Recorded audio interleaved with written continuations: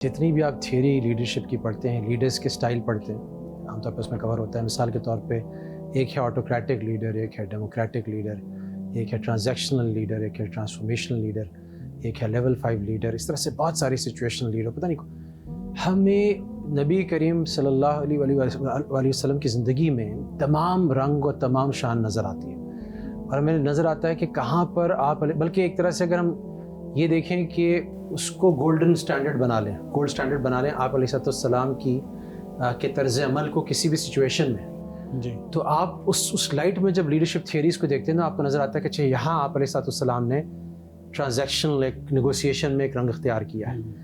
اکثر آپ ٹرانسفارمیشنل ہیں، بہت دفعہ آپ ڈیموکریٹک ہیں، کہیں آپ آٹوکریٹک ہو گئے، زیادہ تر لیول 5 پر ہیں. تو آپ کو نظر آتا ہے کہ یعنی آپ جب یہ بات اگین کوئی امانتاً اور ایک انٹلیکچوئل دیانت کے ساتھ دیکھے گا جی تو اس کو سمجھ میں آئے گی، اور اگر کوئی بغض اور دعوت کے ساتھ دیکھے گا تو ظاہر وہ محروم رہے گا جی. تو جس کی محرومی ہے، جو یہ کہہ رہا ہے کہ جی ایک ولیج کے لیڈر تھے اور سچویشن فرق تھی، وہ ایکچولی بہت امپارشلی اور آبجیکٹیولی اور دیانت کے ساتھ وہ نہیں دیکھ رہا ہے. تو اس کا جواب مختصر یہ ہے کہ جو ذرا سا طلب سے، ذرا سا انصاف سے سیرت کا مطالعہ کرے گا وہ لیڈرشپ آپ علیہ السلام کی لیڈرشپ سے اتنا کچھ سیکھ سکتا ہے جس سے آج کل کے تمام لیڈرشپ کے جو سوالات ہمارے ذہن میں اٹھتے ہیں، ہمیں کیسے ایکٹ کرنا چاہیے، کیسا لیڈر ہونا چاہیے، وہ سارے جوابات آپ کو سیرت میں ملتے ہیں، لیکن ذرا سا بے نظر غائر مطالعہ کرنے سے ملتے ہیں، سطحی بات سے نہیں ملتے.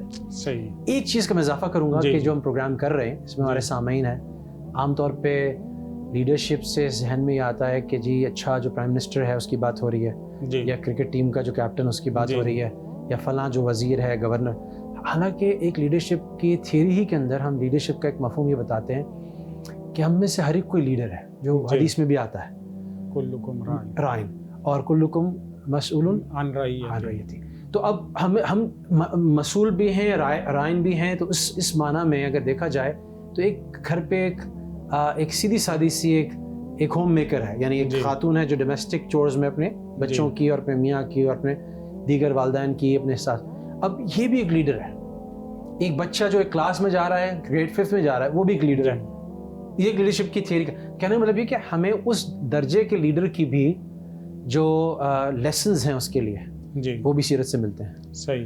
تو ایسا نہیں کہ وہ ایک جگہ پہنچے گا تو آپ علیہ السلام کی لیڈرشپ سے سیکھ سکتا ہے، بلکہ وہ جس سچویشن میں بھی ہے وہ آپ علیہ السلام کی جو سیرت کے اندر جو لیڈرشپ کی مثالیں آتی ہیں جو ایک بہت سارے محل استشہاد آتے ہیں، وہ ساری کچھ اپنی زندگی میں لے کے آ سکتا ہے. بالکل ایسا.